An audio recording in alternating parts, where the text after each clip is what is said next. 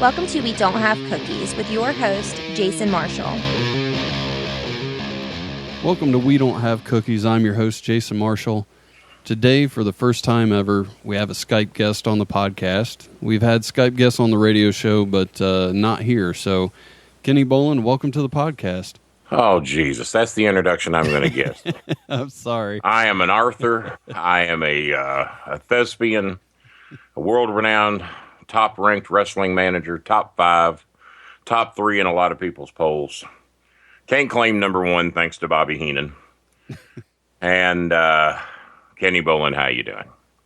Yeah, I thought that was pretty good considering the state I'm in right now. Well, what state are you in? You're in Ohio, right? Yeah. Well, see, that's a pretty lousy state. I'll give you that. Exactly. Well, I don't know. You all have got Cleveland up there not far away that finally, after 141 years, won a world title. The Cincinnati Reds are playing decent ball in the second half of the season. And, of course, you have the Cleveland Browns.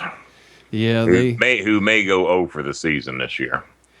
They might as well go for something. That's an accomplishment. Well, yeah, at least people will talk about you when you're 0-16, so that's something to look at there. And the Indians are playing good ball, or they were. I mean, I haven't really followed it as closely as I normally do the last couple of weeks, but Indians hadn't been playing. They're looking like they might make the playoffs. So that'll make that would be cool as hell. You're right, Jerry Lawler will love it. I can read your mind on that one. It would be cool as hell, and I'll actually root for this to happen, that if the Cleveland Indians trumped the Cleveland Cavaliers and won a world title the same year and just take some of the flavor off of what the Cavaliers did.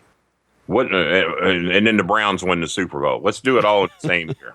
I don't think the Browns are going to be doing anything. I don't know there's an odds maker out there that'll put any money on that whatsoever. So the Bengals might have a shot. Maybe we'll see. Well, the Browns, that dickhead coach they got ain't won a playoff game yet. Oh, now I forgot what the language is on this show. Well, yeah, that was something I was going to tell you. That on the radio we had to watch it, but on the podcast you can say anything. So podcasts don't really matter. Well, that's good. Feel free to curse up a storm, man.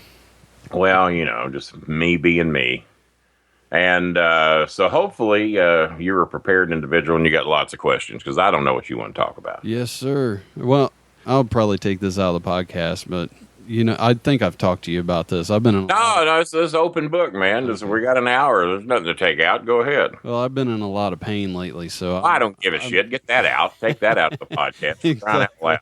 So, Jesus Christ, you're trying to trump my injuries, trying to trump my shit. All right, so you're in a lot of pain. Yeah, I was just hoping you'd carry the ball, but I got plenty for us to go over. I don't think that'll be a problem with you, though. I'm sure we'll come up with something. Now, so you said the pain. Now, what are you dealing with now? I know you've got to go into the hospital yourself coming up here pretty soon. Yeah, I'm probably going to go as soon as this podcast is over.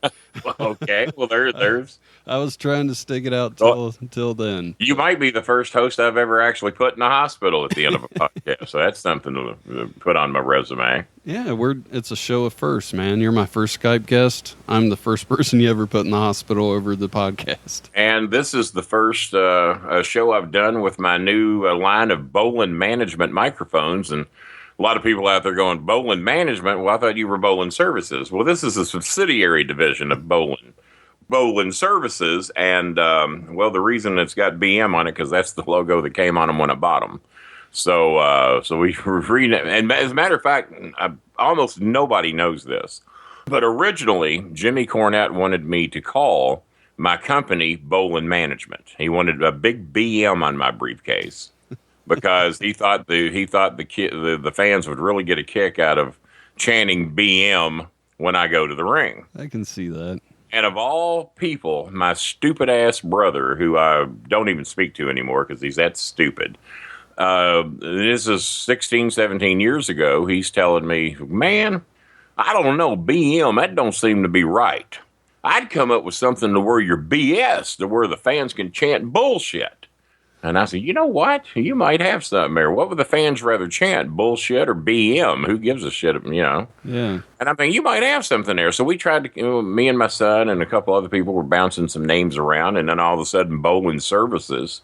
I said, well, you know what? That's kind of what we're going to be. We're going to service wrestlers. I'm kind of the the Tom Cruise of this operation around here. I'm the sports agent trying to sign all the big athletes. So yeah, bowling services. Let me bounce that off Cornette. And so when we did it, he agreed. And then I'll be damned if 10 years later we're telling this story to somebody and Jimmy says, yes, as I came up with the name Bowling Services. I said, no, you didn't.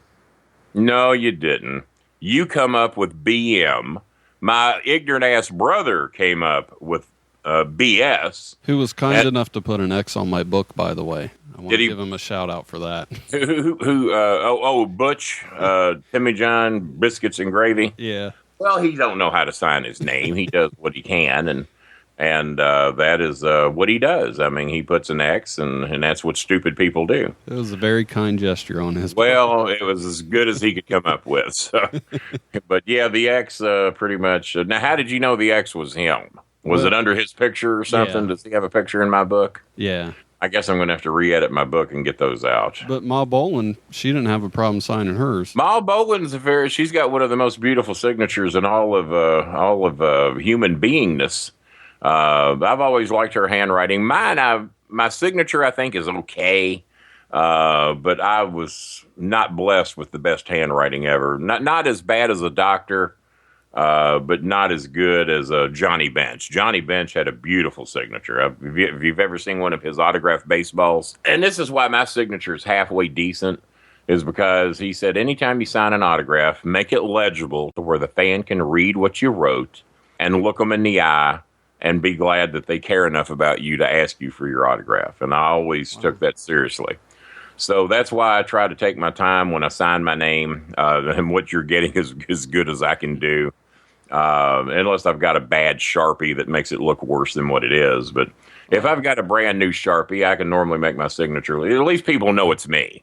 But when you get these athletes that sign these autographs and you have no clue what they just scribbled, and they don't look you in the eye, they hold the pen out and just quickly make a couple of lines, that irks me to no end. Yeah. These people care enough about you to ask you to sign something for them. The least you can do is look them in the eye and sign it. So that's one, and I learned that from Johnny Bench.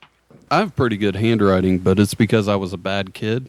Yeah. So whenever I got in trouble, I would always try to copy my mom's handwriting so I could turn a note into the school. and now my handwriting looks great. Well, I'll tell you who else is a master forger. There is, Jerry Lawler's a great one.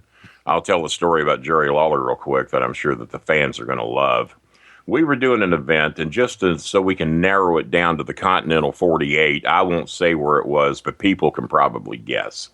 But we're doing this big event, and me, Jerry Lawler, John Cena, and a couple of others are in the main event that night. And a huge rainstorm comes and forces us to go on like second instead of last because Cena wants to get the hell out of there. Lawler's not particularly thrilled about being there. It's a pouring down rainstorm at an outdoor event. We have over 5,000 paid tickets to see this event. And this is when Cena had just been called up. He hadn't been up there long. And the main event is me managing Cena against Jerry Lawler. We go on, and it's a monsoon, man. It's coming down in record numbers, but there's 5,000 people there. And, of course, Danny Davis ain't wanting to give no refunds. No one there's the event coordinator's not wanting to give any refunds. And people are lined up to the exit gates to get in. We had to cut it off at 5,000. We could have probably got another 3,000 or 4,000 in there had the arena held it. Because Cena was just getting his good run going in the WWE at this time. So we go on second. They send the first schlups out to go out there and kind of test the ring and just see if you can actually put on a match in this shit. And I've got I guess about a $300 or $400 suit on. It's expensive for me, and it's gray. And I hadn't worn it very many times. I'd bought it at Value City, I think, for $299. And so I'm wearing this gray suit, and I'm thinking, man, I got to go out in this goddamn monsoon with my pretty gray suit on. Manage John Cena. I said, I'm going to lose my suit. So we go out. We have the match. We get through it as best we can. I mean, we are all fucking drenched. But, of course, they're wearing tights, so it's not quite as bad on them.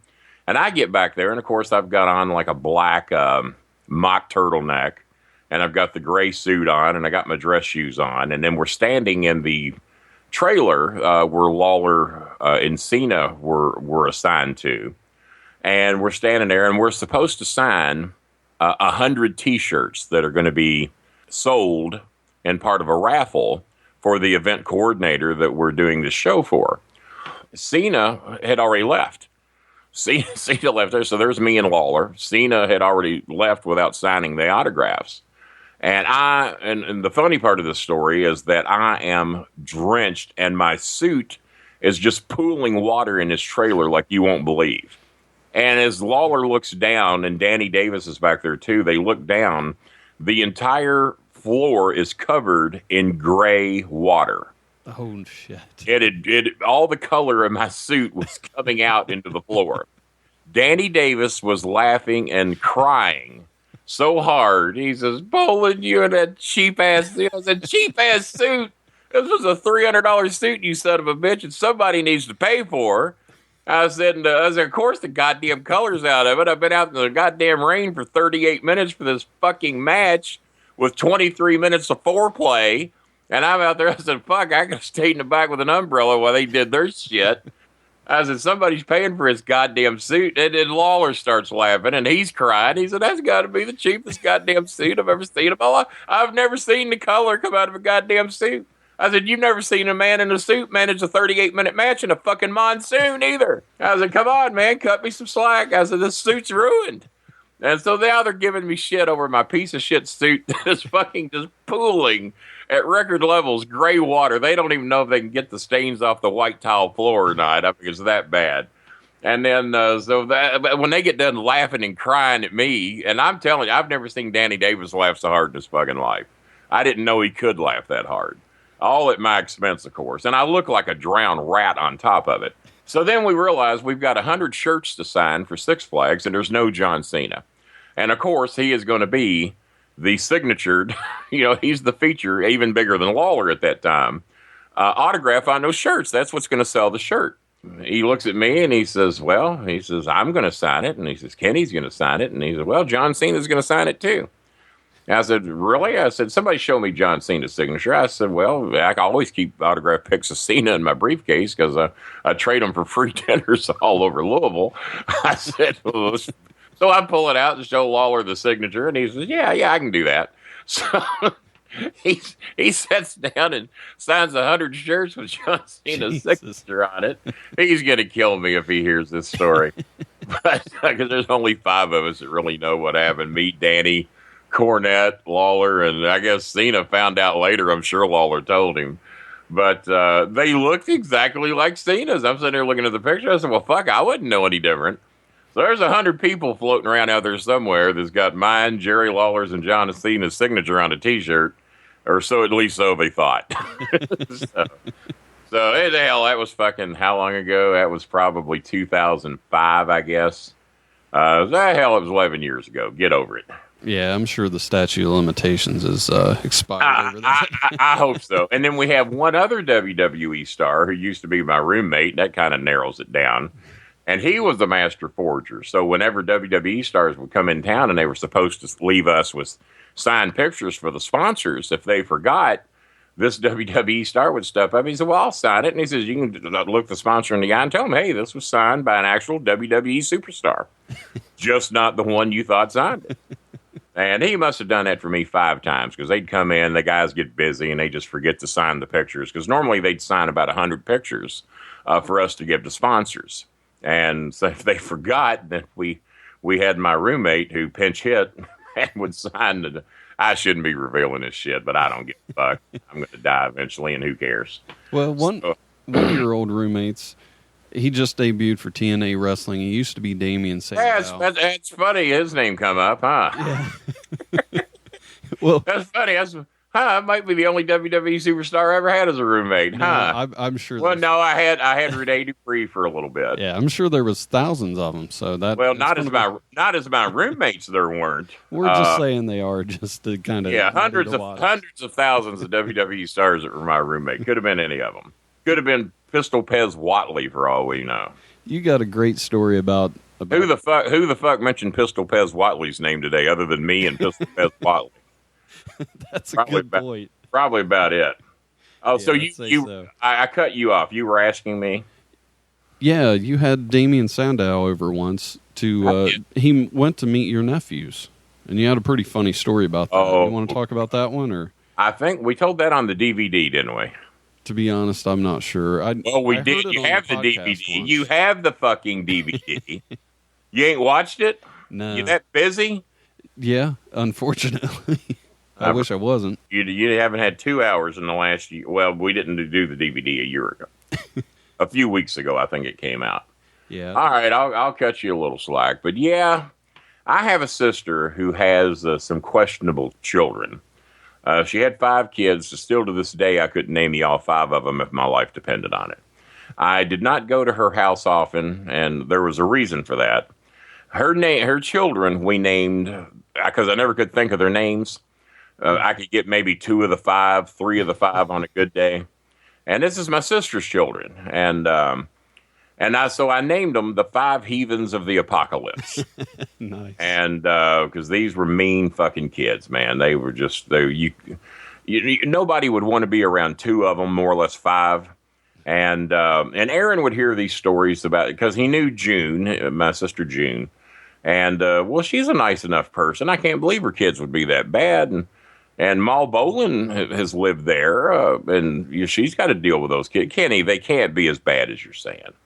I said, well, I tell you what, asshole, here's what we'll do. I said, you pick the night, and me, you, and the prince will go over to June's house, and I'm going to introduce you. I said, we'll go over there for dinner. I said, I'll have Mom make up dinner, and you know it's going to be hamburger helper of some type. Because when you're feeding 5 kids and all the adults, you cut corners where you can. So we know we're having some type of a hamburger helper. We just don't know what. So we go over there for dinner and knock on the door and come in. Of course, all 5 kids are just raving lunatics, even at the door. And he's realizing that I just might have been right as we walk in the door. And he's looking, hey, King, here's all the kids. I said, yeah, there they are. There they are, Idol, as I called him. And so we go sit down at the dinner table. And before we can even pick up a fork and get the first bite of food in our mouth, here's what all's happened to Damon. Well, one of them grabs him, is just pulling at him, trying to get him to wrestle with him. Well, that's harmless enough. You know, kids do that. And then one of them wants to shake his hand. So he reaches out to shake the kid's hand. And he's got one of those electric shock buzzers on him. And he's got a serious one. He's got one that'll fucking do some damage to you. It's hooked to a car battery, huh? Oh, I think. So he reaches out and shakes hand, and he just fries the shit out of Idol right there, Damien Sandow, for those of y'all that knew him from the WWE. And so now he's got one kid tugging the shit out of him, and now he's been shocked with a handshake, and he's got another one that throws food at him, wants to start a food fight. So he throws beef stroganoff hamburger helper at him. That's my favorite. That's my favorite, too. Mom knew that. And then all of a sudden, here comes some mashed potatoes and some peas. And only at him. There's about 7, 8 people at the table. Well, I got that wrong. There's 5 kids and probably 5 or 6 adults. There's probably about 11 people at the dinner table. So now he's been shocked. There's food coming at him. One of the kids asked him, says, so you're a wrestler, right? He says, yeah. He says, that's gay. And he looks at him. He says, well, why is that gay? To get in a ring and wrestle around all sweaty with other men, that's gay. So I said, now I got kids gay bashing Idol. And so he's been shocked with the thing.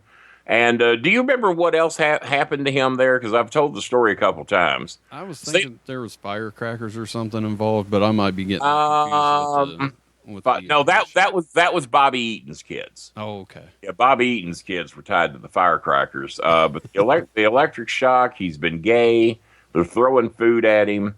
Oh, one of them crawled under the table and tried to light his shoes on fire. That's right. Yeah. He had the lighter down there, and he's trying to light Idol. And he looks down, and there's actually a flame coming from his goddamn shoelaces.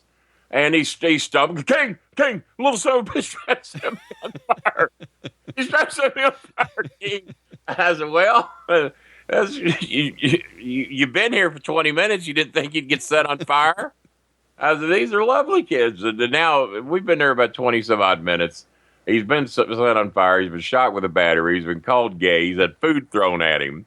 And it seems like there was one other thing. And one of the kids is actually sweet. I think little Jackie was actually a sweet little kid. One of the kids I can actually come up with a name with.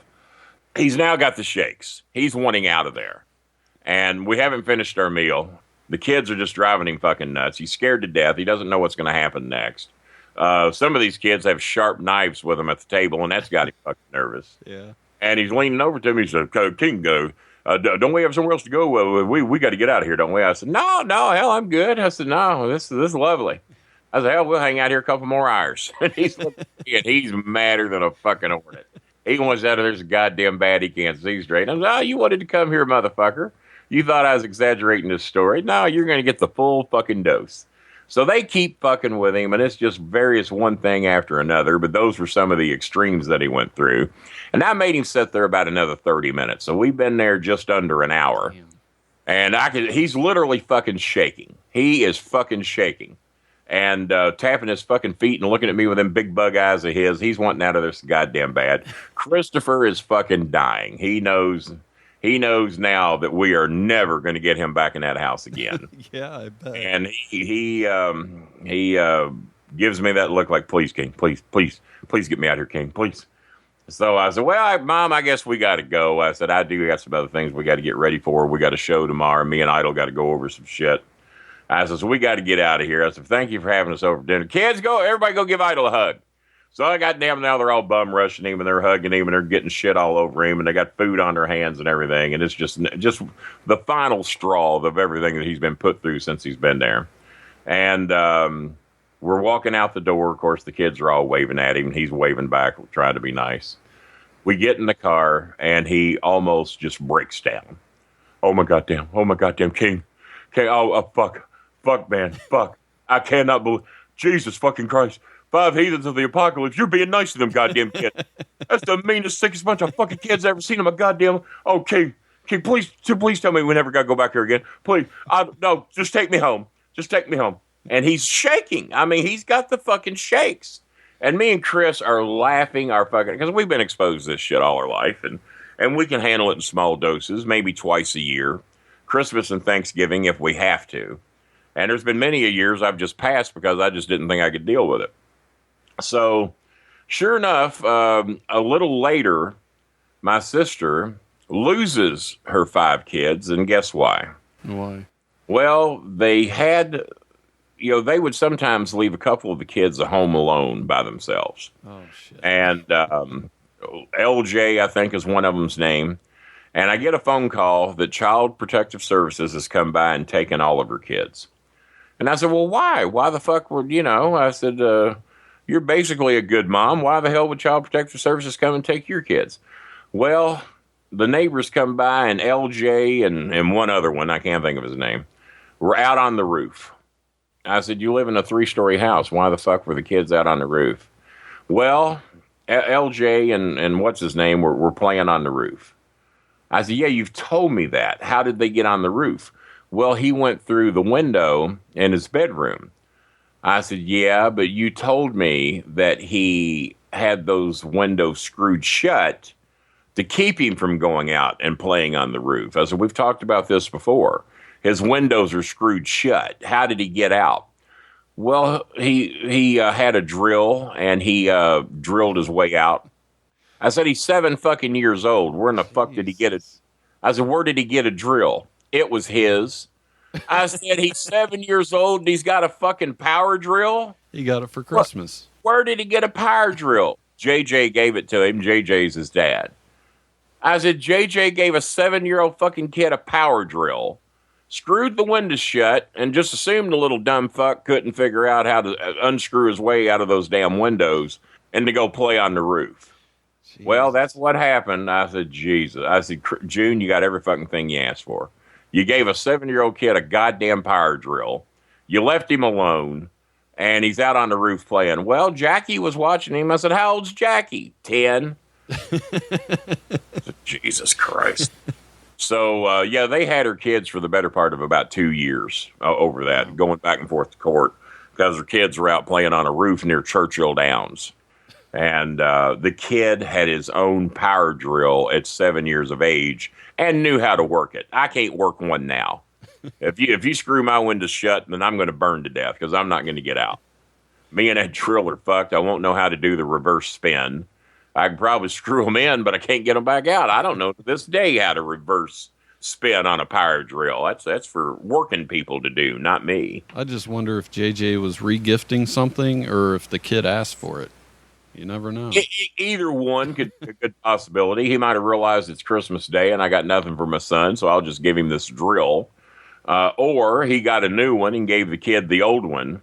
Or the little dumb fuck says, Dad, you know what I want for Christmas? I want a power drill. And any of the three scenarios could have happened. And I don't know which is correct. And by the way, I'm sitting here watching the Olympics on Tellular Vision right now. And I don't mean to put out a spoiler alert. Well, it won't be because this is tape delayed, right? When does this thing air? This will be out tomorrow. Tomorrow? All right. Well, if you haven't seen the final by now, fuck you. So the United States has just swept Poland 3-0 in Olympic volleyball, beat the dog shit out of them. None of the games were close. And Poland was a world champion. They were supposed to really give us a hell of a way to go, if not beat us. And we just beat them 3 in a row. And our good Polish friends. Now, I've got a huge fan that lives in Poland named Dustin Duquesne. He claims he's the only person in the world named Dustin Duquesne. So I challenge him on this. Mm-hmm. And I Googled Dustin Duquesne, and I'll be goddamn if I can find one other person named Dustin Duquesne other than him. And I just knew he was full of dog shit. I'm thinking there's no fucking way that a name, it's not that unusual a name, right? Right. Dustin Duquesne, you think there'd be a couple, 3, 5, or 10 of those floating around somewhere. Yeah, in the whole world, there's got to be at least 2. I've seen some fucked up names that there's 100 of on Facebook. I'll go, well, hell, I'll type this in. It'll be the only one. And there'll be 150 of them. I mean, fucked up names. And then I type in Dustin Duquesne, not on Facebook, but Google. A worldwide search. He's the only fucking one. Can you imagine that? And he's a lawyer in Poland, and he has self-described himself to me. He's a little bald guy, cleanly shaven head, fancies himself as a ladies' man, and he's about 5'1" or 2" at best, and I think he says he weighs about 100. Let's put it this way. When he orders my shirts, he's the only person in the world that has ordered an extra small for a man. That got me thinking, man. Do you think maybe he might be a serial killer and he just goes around killing every Dustin Duquesne he can find, so he is the only one? You think there'd be a death certificate record or a funeral or something? Yeah, that's true. Nothing. Not even any dead Dustin Duquesnes. So how the hell is he the only one? But he told me that, and I'm thinking, you pretentious little cocksucker. To think that you are the only one in the world named Dustin Duquesne, because he doesn't use his real name on Twitter. And then I put it out there once. Kenny, don't be... And he doesn't ask me, he tells me, which I don't know how well you know me. That don't normally go over real well with me. You can ask me anything. Don't tell me shit. Especially when you're a little 5-foot guy in Poland. Don't tell me dick, you asked me. And I'll be goddamn if he loses his mind. He's mad because I've used his real name on Twitter. I'm thinking, well, what's the big fucking deal? It's your name, you dumb fuck. What else you want me to call you? Well, I don't put my name out there. I'm the only Dustin Duquesne in the world. Now I'm going, if you could see the facial expressions I'm giving myself at home, like, you stupid little fuck. So I Google it. It does. It certainly does. I mean, I certainly can't claim to be the only Kenny Bolin. There's quite a few of them floating around. I do take great pride that when you Google Kenny Bolin, I take up about 95 fucking pages before you can find any other Kenny Bolin. So I take pride in that I'm the most famous Kenny Bolin that apparently ever lived, until one of them fucking goes off and off some people, and then I have to get second place.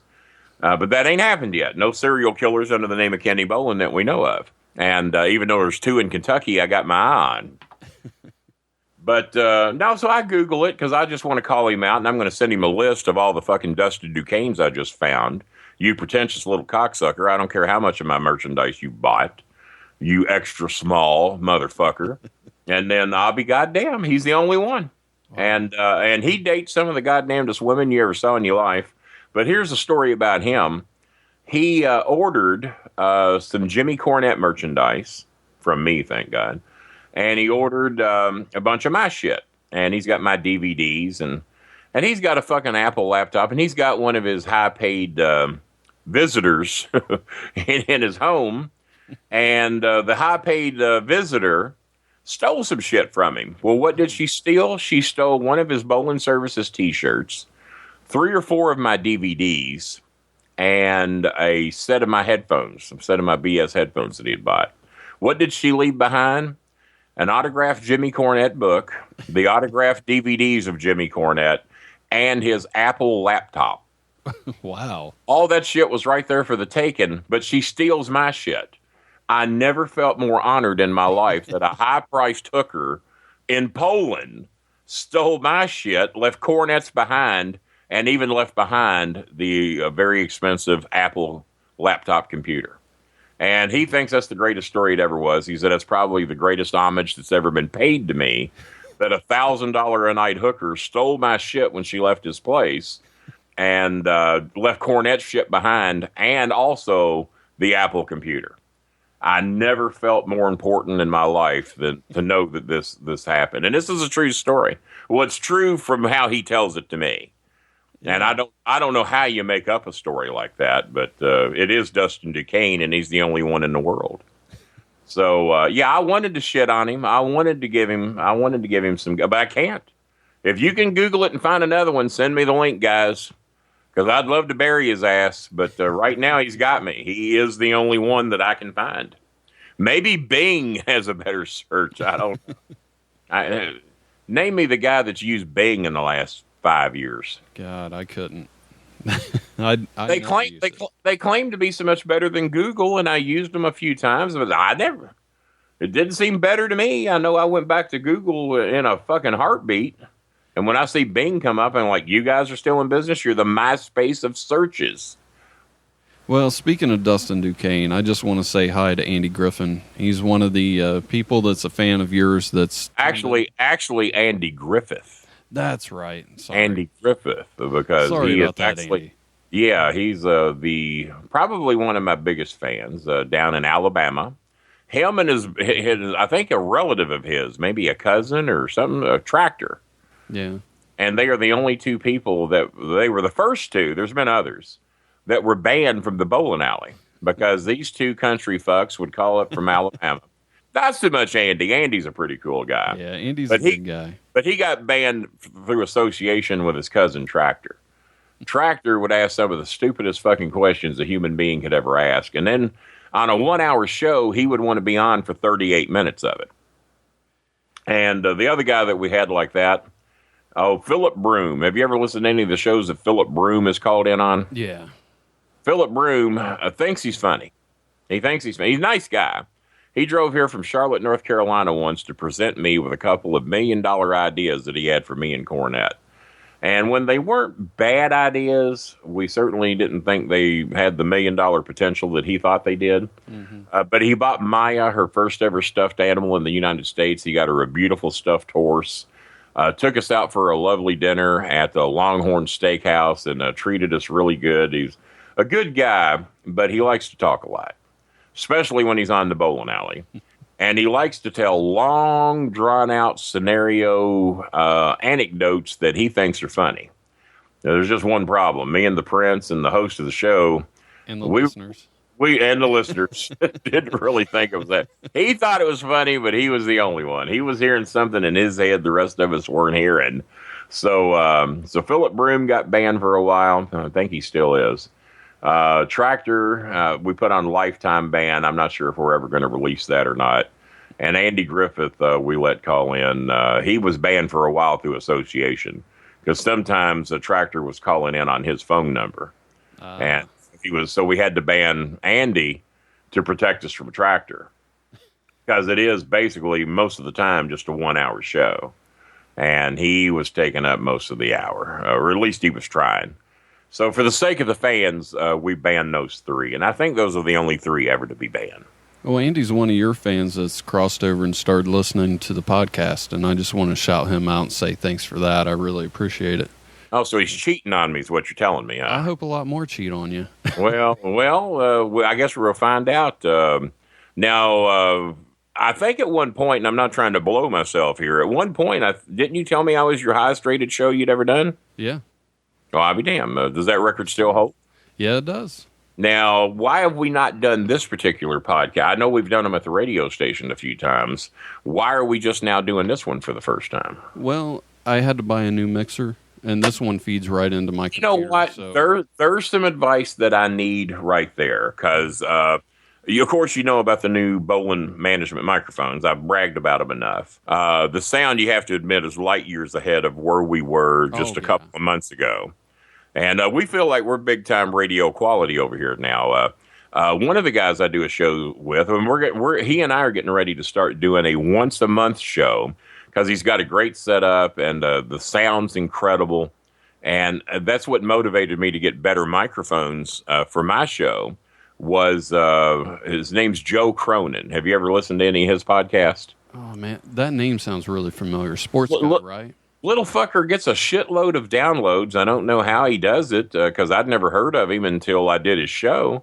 But he gets a lot of YouTube downloads, and I think he claims he's over 1 million views now, combined on all of his shows, which that ain't bad. Better than most. And apparently people really like his show, and there's been other big names, not that I'm calling myself a big name celebrity compared to some of that he's had, but he told me I was his number 1 rated show as well. And so he now wants me to do a once a month show, because you know me, I'm not doing an everyday show, and I'm not doing an every week show. Yeah. But between my show and floating around to others like yours and a handful of others that I enjoy doing, then I do a few. But Cronin has a $440 Shure microphone. You're probably familiar with what he's talking about, because a lot of the radio stations use them. Yeah. And when he heard mine, and this is the lesser of my 2 microphones I'm on right now, guys. So if this one sounds good, and I just got this in the mail yesterday from my distributor in a foreign land that I order it from, I hooked the 2 of them up, and I personally couldn't tell really much of any difference. And this one looks cooler with my setup here. I know we're not doing video today. But this one here sounded pretty good. So Joe Cronin is really who motivated me to get better equipment. I'm figuring, hell. And then did you see how many downloads we're getting? Did you see the post I made on Facebook? Yeah. I don't know what numbers you get. I don't know I know what numbers Cornette gets. And then Harry Barnett posts our numbers. He didn't post them. He sent them to me. Mm-hmm. He says, Kenny, I don't know what everybody else is doing, but here's our numbers since Vince Russo appeared on our show. And we were averaging around 20 to 30,000 downloads a month for the bowling alley. Well, Russo does our show, and do you recall the number that we got? I know it was over 100,000, right? 155,000, and that was a month ago. And then I have my plumber as a guest on the show by accident, because he just showed up here out of the blue, so I put my plumber on the show and fuck with him for 30 minutes. And my plumber episode got 95,000 downloads. And we had another one that had 79,000. And then we have Russo back on it. Oh, and Bill After drew 95,000 downloads. And I know these numbers I'm giving you guys are about a month or 2 ago. So we realized, wait a minute. We got 155,000 downloads. Cornette's got 40, and he's considered to be the top 3 wrestling podcast there is. But see, we don't align ourselves with MLW. We're not on Podcast One. We're on a thing called Podcast Gardens. But the numbers we posted are from Podcast Gardens alone. That does not include our YouTube feeds, our iTunes feeds, and our Mixlr feeds. And then there's 2 or 3 others that carry us as well. This is just Podcast Gardens alone, and we're still stomping Cornette in the fucking ground. We are tripling and quadrupling his numbers. But yet, we are not factored into the top 10 because we don't blow one of these MLWs. And Jimmy actually tried to say to me, well, there's no way you're getting more downloads than me and Ric Flair, because is Ric Flair on MLW now as well? I've heard he is. I stopped listening because I just can't. I don't know. Like you said, they blow themselves a little too much. That's all they do. They just blow themselves. That's all they do. Cornette blows himself. And then He's my best friend, but goddamn, it's what he does. He blows himself for 45 minutes and talks about his local politics, his merchandise, and his appearances, to where he's out begging the fans for money. I don't beg the fans for money. I tell you what I got, and if you want to buy it, buy it. And if you don't, well, I'll pull through. But Jimmy's begging everybody to come to these the Charlotte conventions and all that. Hey, maybe if you'd have saved your money better, Jimmy, you wouldn't have to travel all over the goddamn world in your mid-50s. He's going to England again. Now, I had us booked in England, making more money than he's going to be making now, but because I was going to be a part of it, and I was going to get half the money, you know, King, I don't like to fly, I don't like to do that. Oh, man, no, I could never put myself through that. Well, all of a sudden, somebody contacted him to do one himself, and I'm telling you, for half the money that we were going to be getting, well, only got to do 3 shows. I said, we were going to do 5, Jimmy. We were going to do fucking 5 shows. We're going to be there anyway. Who gives a shit? Right. So he blew off doing our show together, which in all honesty, I wasn't healthy enough to fly over there and do it anyway, and I won't be probably until this time next year. But it's just the fact that he wasn't going to do it anyway. But then if someone else come calling for half the money that he and I were going to get, and that was our guarantee. That didn't include what we were going to make while we were there. That was just the check they were going to send us to get us to come. Was double what he's already going over there for. So now he's bitching to everybody, how he's got to fly there and he's going to go make this money. He's got his Xanax and all. Jesus Christ. It's a fucking plane ride. You should get nervous when you're in a fucking car. I've seen you drive. That's what you ought to be getting fucking nervous about, is being behind the wheel of your car that you do all the time when you drive all over the country because you're scared to get on a plane. Oh, Jesus Christ. Don't get me going on Cornette and this fucking airplane fear. I mean, I'm not thrilled about him either, but I do know the stats. Yeah. I know the numbers. It's a goddamn car that you got to be worried about because no matter how good you drive, some other dumb fuck could hit you head on. It's happened to my friends. Well, those download numbers you were talking about, that's why I want you to be my podcast manager. Manager? Yeah. Yeah, just imagine it. You know, it's just like wrestling, only you manage me for the podcast. Yeah. And you can make me a star. That's why they call you Star Maker. Well, not necessarily because I make podcast stars, but... Well, it can be now. But then again, you know, people have told me that... and I don't know why. I mean, like I said, I was never on worldwide television other than in highlight reels. Most of my fame come from DVDs of OVW being sold around the world. And then I started doing Who's Slamming Who about 10 years ago. But I basically haven't left Louisville, Kentucky for more than, well, I guess you put it on a clock, 15 minutes. I mean, I've done, you know, I work about a 250,000, listen to me, blowing myself now. A 250-mile radius of Louisville was what I worked when I was working. And then for Wolfie Sanderson, I went up northeast and did some shows in Massachusetts and Maine for him. They had some legend shows up there, and I was even honored they considered me a legend even in 2000, like 4 or 5 when we went up there. I think Cena had already been called up, and Mike Mondo went on the trip with us. If you remember Mike Mondo, who was one of the 5 Spirit Squads, and I think he had a bit of a run in ROH as well. Yeah.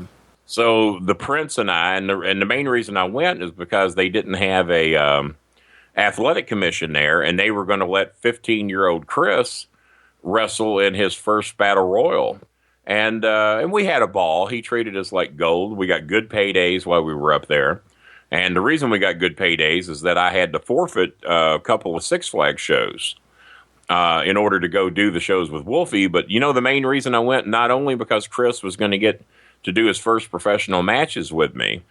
He did a Legends Battle Royal with me. They put Chris in a Legends Battle Royal. Christopher's first ever match that he was ever in, here's who's in the ring.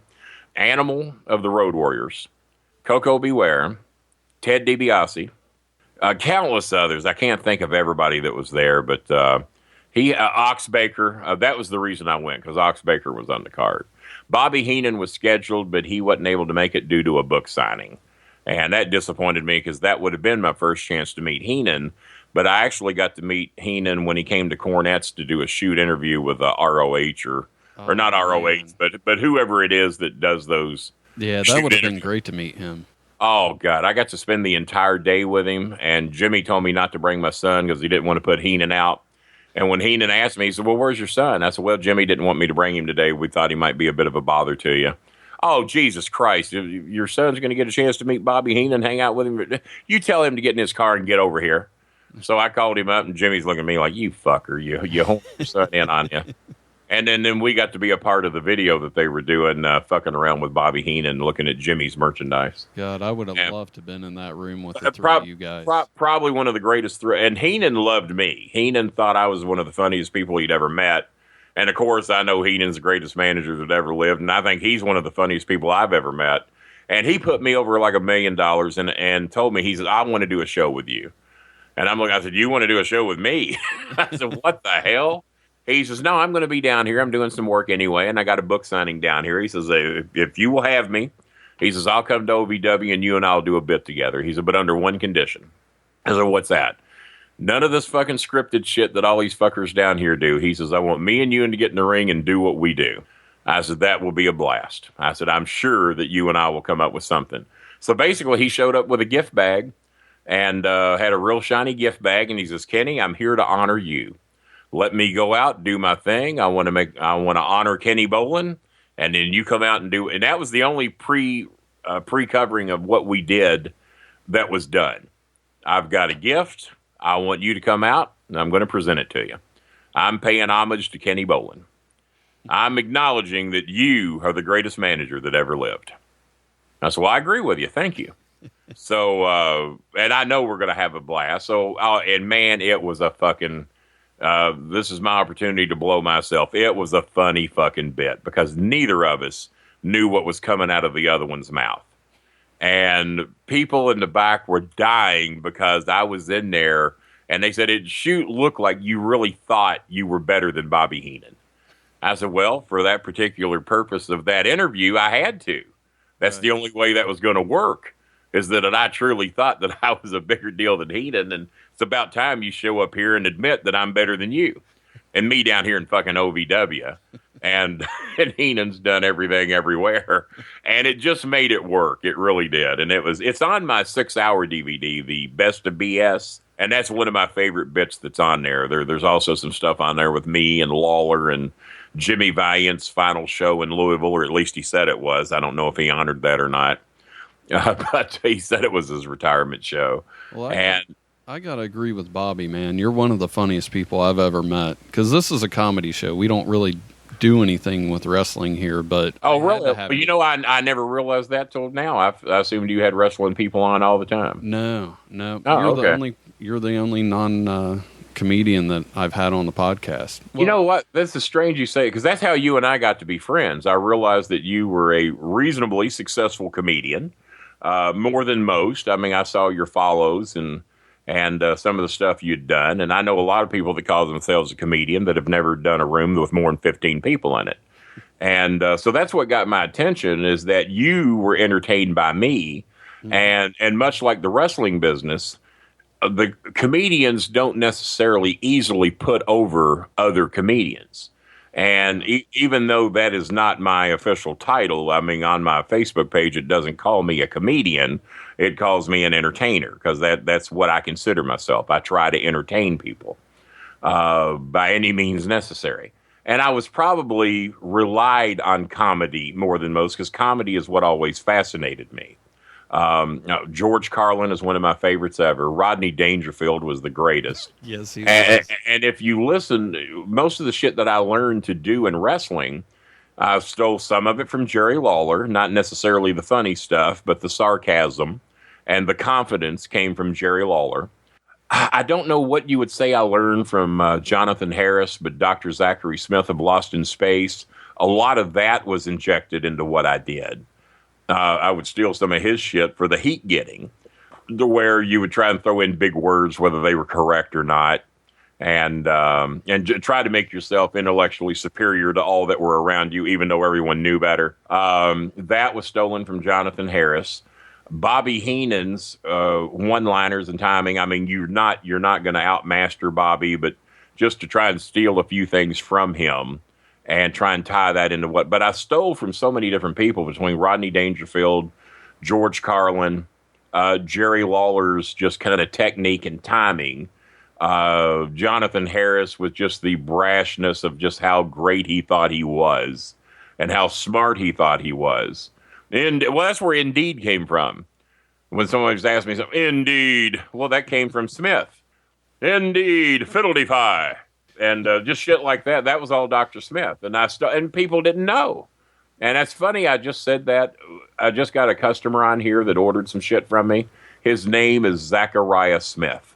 Perfect timing. I'm sitting here looking at the customer's name. He said, "Hello, Mr. Bowen." And then everything else is blocked out because I can't read it due to the Skype shit.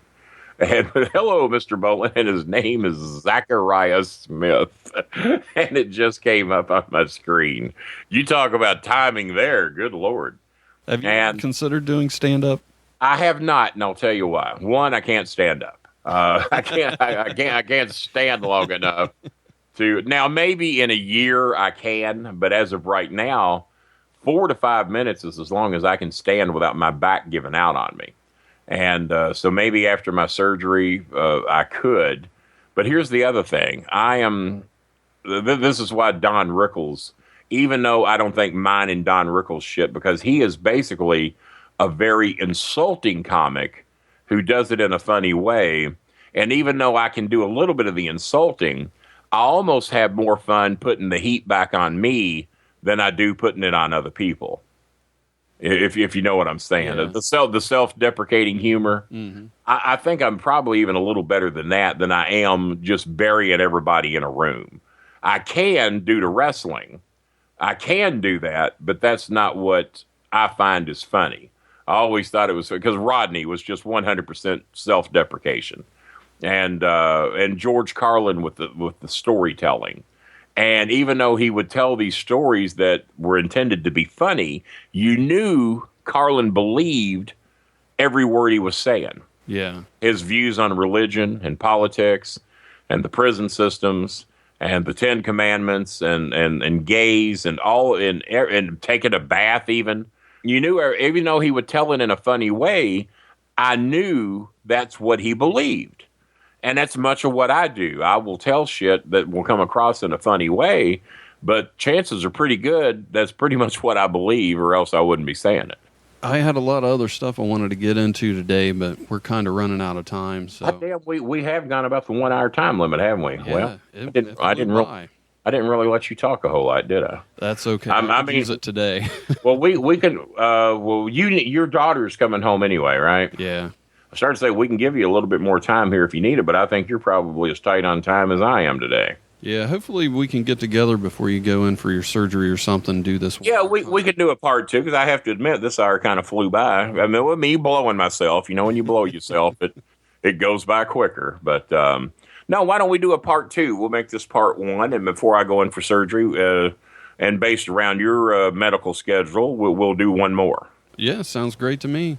And just tell me when, and hopefully, now who all listens to this? Where does this get posted, and what market do you focus this on? Well, right now we're in iTunes, Google Play Music, iHeartRadio, TuneIn Radio, Stitcher, pretty much anywhere you can get podcasts. Well, there's a lot of those places. I don't know if we're in or not. I don't recall if we're on iHeartRadio and a lot of those. iHeart was really tough to get on because... I bet it could be. Yeah, well, you have to... They just had some strict things, like they wanted your intro music to be a certain length. If it was any longer, they didn't want you on there. If you're too filthy, they don't want you on there. If you play any kind of music, you have to prove that you own the rights. You just triple disqualified me. There's no way I can get on. I was now when it comes to intro music, I have one song I like being played as my intro music. That's "Cake by the Ocean" because it's my favorite song, and it still is for now. And of course, my BS theme, which was the theme of The Sopranos. So those are really the only 2 songs I even let be my intro. But come on, guys, 30 seconds of intro music is way more than enough. Yeah. And there's a show in Chicago, I think based out of Chicago. Sean Hibbard does them, and they said a guy called in that sounded dead like me, and I wanted to hear it. Well, I couldn't find a button to let me advance to the 23-minute mark to hear this guy that sounded exactly like me because they thought it was me. Mm-hmm. And I wanted to hear it to see what I thought. Well, you got to go through 23 minutes of the show to get to it, which I wasn't too apt to do. And then on top of that, their entrance music lasted like 4 minutes. Jesus, I hate that. It was a 4-minute, and then they had another where they blow themselves and introduce all the hosts, and there's like 5 of them. And then that goes on for fucking 20 minutes. And then finally you get to the show. And I'm like, God damn, you've lost any potential. You know, and I'm not telling them anything that I ain't going to tell them when I speak to them again. Yeah. But God damn. I was surprised I got on iHeart because the show right before I submitted, or it was right after I submitted to him, I had a comedian on, and we were talking about, he's never heard of dolphins raping people before. And when that came up, he about lost his shit. And I thought it was the funniest thing. I've actually heard about it. Fortunately, I haven't witnessed it because I love dolphins. And I thought, oh my God, now that this has come up, I'm never getting on iHeartRadio. But they might have slowed it up a little bit, wouldn't you? Yeah. Well, the only thing you can do is hope they don't listen. Exactly. You want your listeners, but you don't want it to be the people that are airing your show. Otherwise, MLW would have got rid of Cornette long ago. That proves they don't listen to him. So what do you do? But yeah, we'll do a part 2. We're at about the 1 hour and 5 minute mark here. So, you and I rambled a little bit before we started. Yeah. But hopefully the people enjoy the show. I know we didn't do really as much funny stuff here other than talking about Idol getting the shakes. And my good buddy Bobby Heenan, who I wish would live forever. Just the funniest man I've ever met. I know that. And I don't think Bobby's considered a comedian either, but who's funnier than Bobby Heenan? Oh my God, nobody. Nobody has he's just got the quickest. Oh, he cracked. Did you see him on the Dennis Miller show? No. He had Dennis Miller. Google that or YouTube it. Bobby Heenan and Dennis Miller, and he had Dennis Miller, one of the top comedians in the world at one time, in stitches, laughing his ass off. And Bobby was bringing it at about 50%. Wow. Bobby wasn't even 100% Bobby, and he was killing Dennis Miller. So you got to check that out. And obviously, you know who Dennis Miller is if you're in comedy. If I find it, I'm going to put it on the Facebook page for the show. It's do that. Oh, you'll we don't have cookies. You'll find it. That's how I found it. And, I didn't, for those of you that like me, know me, or entertained by me, follow me on Facebook. It's /StarMaker Bolin. I now have a verified fan account, which is Kenny Starmaker Bolin. Why they verified that one and not my main page, I have no idea, but they did. And so I got 5,000 followers on my main page, and I got about 850 on the other. But when they verified it, I had like 50 followers. It was a page I didn't even make. So when they verified that page, I said, well, shit, I guess I need to get people over there. So they took it from about 50 followers to about 850 inside of a week or so. And but people know that I'm not on that page that much, so they all come to the one they know, which is /StarMaker Bolin. And I'm also on Twitter. That is also /StarMaker Bolin. If you want any of my merchandise, the best-selling items I have are my book, I Probably Screwed You Too. You can buy it autographed through me, or if you want to save a few dollars and not have it autographed, you can get it on Amazon.com worldwide. We've sold over 2,500 copies in our first year. I know that's not New York bestseller numbers, but not bad for a guy from LaGrange, Kentucky who never dreamed he'd ever write a book. And I'm in the book. And you're in the book, exactly. You sure are. There's about... There's, I doubt that. There's several. There's a lot of names bigger than yours or mine that are in there that didn't help sell it either. So. But no, there's lots of comments in there from Jerry Lawler, JBL, Mark Cuban, Dutch Mantell, lots of Jerry Jarrett, and lots of fans and fellow comedians put their 2 cents worth in the book too. Jason Marshall. And many others put what they thought of me in the book, be it good or bad. Dutch Mantell blistered my ass. Jerry Lawler wasn't the kindest guy in the world. And I think they professed a little love at the end, but to get there, I suffered. And Mark Cuban was wonderful. And so the guys, if you like to laugh, you'll love the book. It's called I Probably Screwed You Too, because I probably did. One fan didn't like my book and said that I screwed him. Actually, I pre-ordered that book so I could get the earbuds, and I didn't get my earbuds. Yeah, you know why? Because they said, fucker, because they said that if I put the earbuds in the packet that I can't send it media mail. No and they wanted to charge me another $8 to send you a $7 set of earbuds. Jesus. I actually sell them for $10, but the story sounds better if I say that it cost me more to ship them than they cost. So that is why you didn't get those. So if your tightwad ass will ever order anything again, I'll put you fucking 5 sets of earbuds in there if it'll shut you up from burying me on why you didn't get your goddamn $7 earbuds. All right, $10 earbuds. They're good earbuds. I wish I could have sent them to you. But I had to tell them how much you paid for your book, asshole. Well, there you go. That's another reason you didn't get fucking earbuds.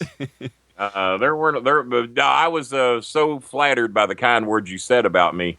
You are the only one. I too, because I also gave the guy that designed my 5 covers a free book as well. You're the only 2 that got a free book. All the wrestlers even had to pay for theirs. well, I appreciate that. That So means a lot. you're the only 2. You were the comedian that said some awfully nice things about me that, shit, you said things about me I wouldn't say myself. So I was very pleased with that. And the guy that made me 5 different covers because I was blowing myself. We actually made me 6 different covers. So, but I took one of them off the market and replaced it with a better red cover. So I've got the blue crown cover. I've got the white artistic cover. I've got the red for whatever reason. And I've got, what else have I got? I didn't do a Greenwood. And the black one. The black one's the best seller. I got one of the rare red covers. Yeah. Oh, you got one of the rare red ones. Yeah. Yeah, there's not many of those. And but there's 6 different covers out there. 2 of them are red, but one of them's not available anymore, which is the one that Jason has. Got a collector's item. That'll be worth, what did you pay for that book? $35? That'll be worth $36 one day when I die. That'll jack it up a little bit. Get an extra $1.50 out of it. Well, we damn near did an hour and a half, didn't we? Yeah.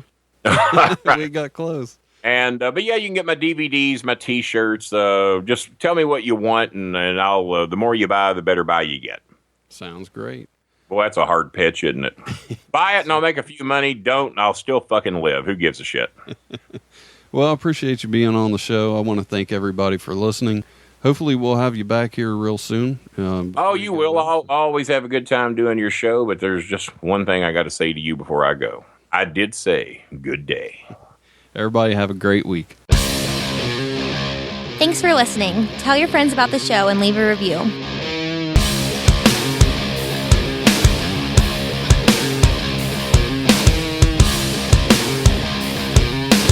God, I would have loved to have been in that room with the 3 of you guys.